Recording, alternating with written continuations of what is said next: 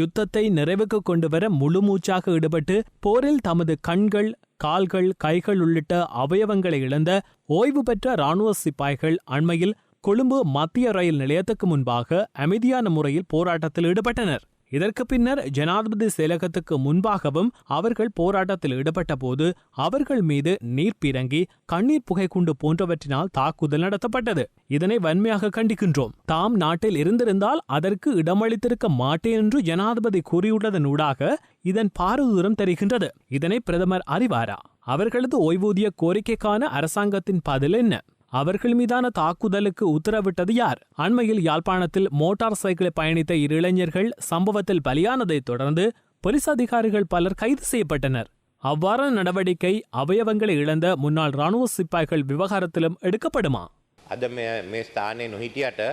இது தொடர்பாக முழுமையான விளக்கத்தை சட்டம் ஒழுங்கு அமைச்சர் அளிப்பார். பாதுகாப்பு அமைச்சுடன் குறித்த சிப்பாய்கள் நடத்திய பேச்சின் போது அவர்களின் கோரிக்கைகள் அனைத்தையும் நிறைவேற்றுவதாக வாக்குறுதி அளிக்கப்பட்ட பின்னர் ஜனாதிபதி செயலகத்திற்கு முன்னால் எவ்வாறு குழப்பம் ஏற்பட்டது என்பதையும் அதன் பின்னணி குறித்து விரிவாக ஆராய வேண்டிய கட்டாயத்தில் நாம் இருக்கிறோம். அதேபோல் அந்த இடத்திற்கு அங்கவீனமான பௌத்த பிக்குகள் எவ்வாறு வந்தனர் என்பது குறித்தும் ஆராய வேண்டும்.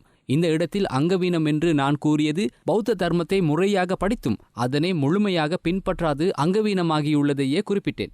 அப்படி இல்லாமல் உடல் ரீதியான அங்கவீனத்தை குறிப்பிடவில்லை. அதேவேளை அவயவங்களை இழந்த படையினர் மீது தாக்குதல் நடத்திய போலீஸ் அதிகாரிகளுக்கு எதிராகவும் கடும் நடவடிக்கை எடுக்கப்படும். அதில் மாற்று கருத்துக்கள் இல்லை. சரத் பொன்சேகாவை சிறை தள்ளிய போது இந்த பிக்குமார்கள் எவரும் இருக்கவில்லை.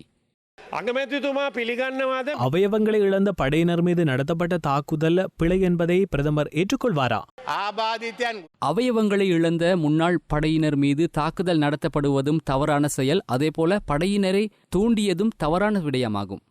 இதன்போது குறுக்கிட்ட கூட்டு எதிர்க்கட்சியின் நாடாளுமன்ற உறுப்பினர் விமல் வீரவன்ச, ஸ்ரீலங்கா படையினரின் உரிமைக்காக அனைத்து சந்தர்ப்பங்களிலும் பௌத்த பிக்குகள் முன்னின்றார்கள் என்பதை பிரதமர் அறியாமல் பேசக்கூடாது என தெரிவித்தார். இதற்கு பதிலளித்த பிரதமர் ரணில் விக்ரமசிங்க, துட்டகைமுனு மன்னன் ஒருபோதும் விடுதலை புலிகளின் தலைவருடன் ஒப்பந்தம் செய்து கொண்டு சிம்மாசனத்தை கைப்பற்றவில்லை என்று கூறியமர்ந்தார். 2005ஆம் ஆண்டு நடைபெற்ற ஜனாதிபதி தேர்தலில் வடக்கு கிழக்கில் உள்ள தமிழ் மக்களை வாக்களிக்காது முழுமையாக பகிஷ்கரிப்பதற்காக தமிழீழ விடுதலை புலிகளுக்கு முன்னாள் ஜனாதிபதி மஹிந்த ராஜபக்ச பெருந்தொகை பணத்தை கொடுத்ததாக அப்போதைய ஜனாதிபதி தேர்தலை போட்டியிட்டு தோல்வியை தழுவிய பிரதமர் ரணில் விக்ரமசிங்க தொடர்ச்சியாக குற்றம் சாட்டி வருகின்றார். அதனையே நேற்றைய தினமும் பிரதமர் ரணில் விக்ரமசிங்க நேற்றைய தினம் நினைவுபடுத்தியிருந்தமை குறிப்பிடத்தக்கது.